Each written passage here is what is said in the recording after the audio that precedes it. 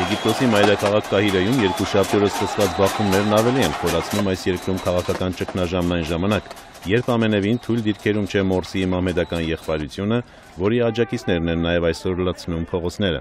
Ստացվում է մի պատկեր, որտեղ մի կողմում Մորսիի ինքնակալական իշխանության դեմ ելած ժողովուրդն է, մյուս կողմում նրանք, ովքեր պաշտպանում են Մորսիի իսլամիստական ինքնակալական կարգերը։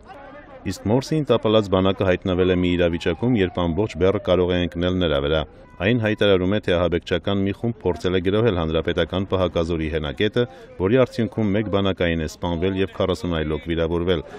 Մահմեդական եղբայրությունը կոչ է անում եգիպտոսցիներին ելնել ընդդեմ նրանց, ովքեր մեջբերում են գողանում են հեղափոխությունը։ Եղբայրությունը նկատի ունի ժողովրդավարական եղանակով ընտրված նախագահին բանակի ուժով տապալելու փաստը եւ համանաբար անտեսում այն փաստը, որ այդ ճանապարհի վրա են կանգնած 100,000-ավոր մարդիկ, ովքեր տեսել են, թե ինչպես էր Մորսին իրենցից աստիճանաբար խլում իրենց իրավունքները եւ այսօր չեն հանդուրժի նրա վերադարձն իշխանության։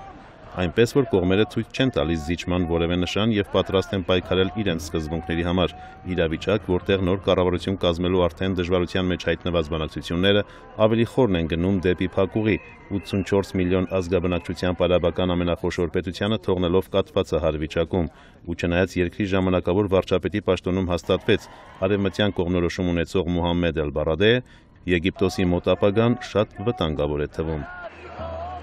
Արամ Վանեցյան, Ամերիկայի ձայն, Վաշինգտոնից։